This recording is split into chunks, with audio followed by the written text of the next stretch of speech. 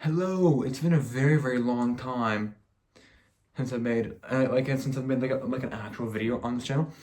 So today I thought that I would do something that I promised like months ago, which was make another CD video because since my first one where I had what like 13 CDs or something, I'll have to check. Since then I've gotten a lot more Linkin Park CDs, and meine Güte. And yeah, I just kind of want to talk about them because I feel because there's a certain hole in my heart for Linkin Park releases that I am yet to discuss. So yeah, actually no, I don't want to do a transition. Anyways, from zero. So this is Linkin Park's new album, and I was planning on making like a normal like vinyl review for this one. But I don't know what to say about this album. It's fine. I mean, like it's alternative rock. Yeah, like it's not bad actually. I think it's like an 8 out of 10. There's some really strong songs on here. For me, the best one is Two Faced, but then Overflow, and then Heavy's a Crown, and you know what? I've kind of got a soft spot for Over Each Other. I know that's the one that everybody like hates, but I don't care, bro. That song was fire as heck. Um, but yeah, and there's like a controversy with the new singer. So I don't want to get into that. I don't want to. Okay. So next up, before that, paper cuts. This is something that I forgot about already. I didn't know I had it until I saw it because it's such a bright green color. Like if you could actually see my vinyl shelf over there and it wasn't blocked by all my CDs, you would see a nice big green streak because it's paper cuts. And this is a fine collection. I'm a little bit on the edge with this one. I feel like them not putting enough, like they put nothing from the Hunting Party, first of all. And second of all, they didn't put enough A Thousand Suns, like at all. Which is like a major issue in my opinion. But the two new songs, of course, that were Cordy and Friendly Fire. Friendly Fire was never heard before, but Cordy was on, I think, Linkin Park Underground number 6. They're both pretty good. Cordy's a really fun song. Friendly Fire is probably the best One More Let era song, I think, ever. And speaking of that, I own the single CD for Friendly Fire, and this is just like everything else, it's just bright green. I think this is a pretty cool single CD because I liked the warped artwork for paper cuts, because there's a lot of really cool art stuff that happened during the paper cuts era where they took a bunch of photos and like different like arrays of like lights and stuff, right? And it was like so cool to like watch that because they made a video like, oh yeah, we did photos with this one guy and he was like really good at taking photos. Cool. Next up is Meteor 20 because of course I own this one. This is like this is a pretty obvious purchase I'd say. Like if you like Meteora, then you've gotta buy it. Also look at this. Kablam. Isn't that just sick? But yeah, this is great, and I bought it because of Lost Demos, specifically Lost Demos, because oh my god, Lost Demos is like 10 times better than the actual album. Like bro, oh Jesus Christ. Like, where is it? Actually, there's even stuff on here that's like that isn't even like from Lost Demos. Like Standing in the Middle, which is a song that I like a lot actually. And Sold My Soul to Your Mama. I mean, with a name like that, it has to be good, yeah. But Lost Demos, More the Victim, Healing Foot, Lost. And that other one, what's it called? More than Healing Foot, Lost. It's fighting myself. It's yeah. Next up though is One More Night Live because I don't actually own Hybrid Theory 20 and I don't plan on owning it either. I'm not actually that big of a fan of Hybrid Theory. I know I'm crazy, but this is a fun live album and I bought it mainly because it was I thought that this was like super rare, but I mean. This also has like a really good version of Bleed It Out, so Why wouldn't I buy it? And as bad as people call it, I've got a pretty big soft spot for this one. I think this is like an 8 plus, like 85 or something. Love it. Battle Symphony is my goat. Anyways, next up is the Big Hunting Party. Next up is a big Paper Cuts like Exclusion Hunting Party. This is a great album that did terribly. Did terribly. For Linkin Park terms, this didn't sell well. It didn't make it to #1 on the charts at launch because, brother, you're making a hard rock album during the bubblegum pop "We Will Never Die" era. That's not gonna work. Bro. But it's so good. There's so many good songs. There. Wastelands, Until It's Gone, Rebellion, Drawbar, Final Masquerade, Goes on the Sim, Keys of Kingdom, War, the whole album. It's like super duper fire. I defo recommend it to you. Living Things is next, and Living Things is wonderful for one main reason. Because I forgot that it existed. There's a lot of Linkin Park albums that I'm kind of like, I think that they are absolutely incredible. Like the one that came before this one. Or I just kind of forget it, like, all the time. Like, I mean, like, this one isn't bad. It's like a 6. I think the best one in here is In My Remains, and there isn't really any contest either. Like, say the second best one is probably Skin to Bone, maybe Lost in the Echo. They're fine. You might have noticed that I skipped a certain remix version of that album. Why would I talk about a 0 out of 10 album? Are you kidding me? Anyways, 10 out of 10 album. 1,000 Suns is actually so goddamn good. Oh my god.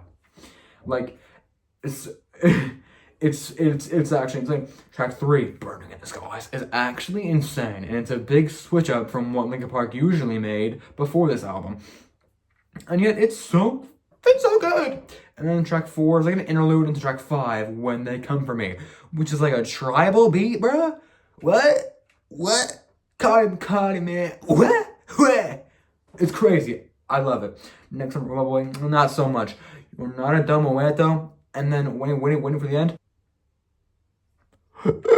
Fire as hell, bro. Oh my god. Like, Waiting for the End might be my favorite song of all time. There are a lot of really good songs out there. Waiting for the End might be the best one of all of them. Factually, the best one of all. Blackout is actually kind of ass. I'm sorry, but they're like blah, blah, blah, blah, the part in the middle is like, what are you doing? That's like so weird. And then Righteous and Kings, it's fine. It's like a strange, like it's like a industrial rock song. I don't know. I'm not that big on that one. With Mrs. Love, another interlude going into Iridescent. Absolutely fire, and I keep calling it incandescent. I don't know why. And then the last 3 are fine. I've never been too big on the Catalyst. It was the lead single to show that, oh, we're so different now. When they're just kind of making like art rock now. Well, not really art rock, more like electronic rock, and like there isn't really much. I didn't think that this album was much of a shift, really. I think the biggest difference was track 3, Burning in the Skies. Everything else felt like Linkin Park. The stack is over here is very, very uneven. It's gonna fall. Anyways, another live album. Skip. This is fine. I bought it because I want it. Like we're getting to the point where it's albums that I don't have much to say about because like, bro, this is just a live album. It's fine. We get 2 versions of this album. Both the original Minutes to Midnight and the tour edition. The tour edition is the one I'll talk about more, though, because the tour edition has some really cool stuff on here.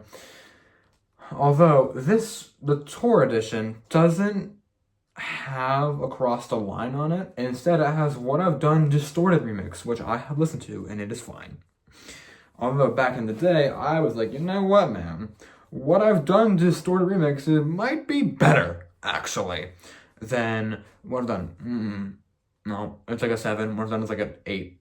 So, but yeah, this album was pretty cool, and this album was supposedly Linkin Park's Sellout album. Brother, it's just rock music.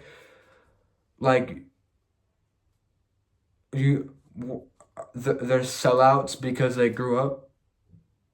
Like, bro, you're not gonna. Are you seriously gonna write about hating your like teenage years when you're like nearing 30? No, you're gonna move on. And this album was produced by Rick Rubin, and my dad Loki has an issue with that guy. And I mean, apparently other bands do too. I don't know why he's so popular. Anyway, single CD number 1, Shadow of the Day. This is actually my least favorite song from Minutes to Midnight. That's why I bought it on CD. I do that a lot. That's why I own all of Limp Bizkit's discography as well, except for Still Sucks, because Fred Durst he made like 3 of them, like 3 CDs. Make more bitte. Collision Course. People like this one a lot. I don't see much of the hype around this one. I feel like it's fine. I'm not much of a hip hop guy. You can tell I'm white and I look strange. So why would I like hip hop, yeah? But I do also own the single CD for Numb Encore because I found it for like $1. I was like, okay, type shit, I'll buy it. And yeah, this is probably, at least in my opinion, the best song on the EP. So yeah, it was like a no-brainer purchase. And now we're flying through these because I don't want this video to be longer than 20 minutes. Also because I really don't have that much to say about Linkin Park in general. That's why I don't make that many Linkin Park vinyl reviews. I own a lot of vinyls from Linkin Park, but I just don't really care to be like, oh, And My Remains is so good because it's like, now in my remains. Like, that's not like interesting content, right? This live CD is really, really cool because I watched the show before buying the CD, which makes it like 10 times cooler. Yeah.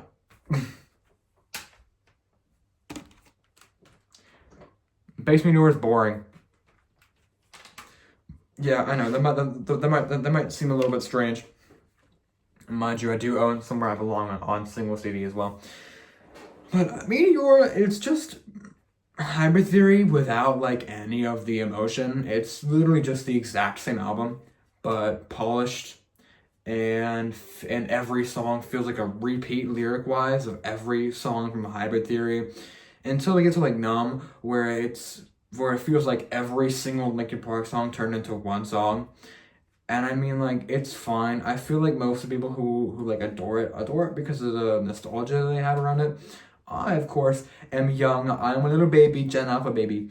So I'm like, okay, well, this is like, it's fine. I think Hit the Floor is the best one on here because it's like, it's fucking heat, bro. That's like fire. And Figure 9. I love Figure 9. Here is the strange misprint of Reanimation where they didn't put the album cover on it. And that's the best part. That's why I own a shirt of the album cover pretty much. You don't put it on here? Like, are you kidding me? This is fine. For me, the best song in here is RNW@Y. I think it's really good. I actually think that the Backyard Bangers featuring Phoenix Orion is actually really, really good. I'm a big fan of his part. And then their infamous debut, Hybrid Theory, With You is the best song on here. But the only reason why I own this album on CD is because the back doesn't have my goat, Dave Farrell. Dave is the best part of the band, gang. Well, that's it. Oh my god. $200 of CDs is gonna fall over in a second. So I gotta finish this up quickly. If you don't know me by now, the ends of my videos, I always talk about a random game that I own because I don't really plan on making big game videos. So today we're talking We Party You, gang. That was We Party You, gang.